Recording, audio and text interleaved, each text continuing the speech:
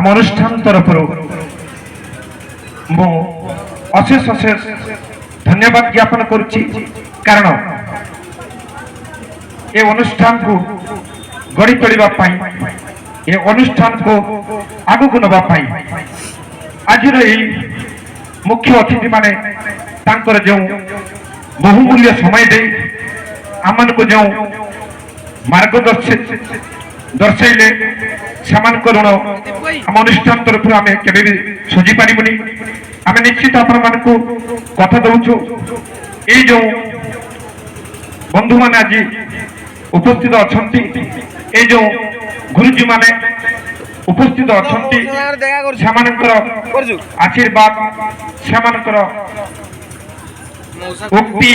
नहीं आम निश्चित भाव में अनुष्ठान को आगक नापी चेष्टित सतचेष्टित हेबु तेणु से आम अनुष्ठान पुणी थे अशेष अशेष धन्यवाद ज्ञापन करी आज अनुष्ठान सभा कार्य को सांग करुच्ची तेणु समस्त छात्र छात्री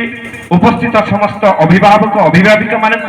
आम अनुष्ठान तरफ अनुरोध करी आपण मैंने जीवे ना आमर सांस्कृतिक कार्यक्रम रही आपण मैंने देखिए उपभोग करेंगे घर को जी। धन्यवाद। जय जगन्नाथ।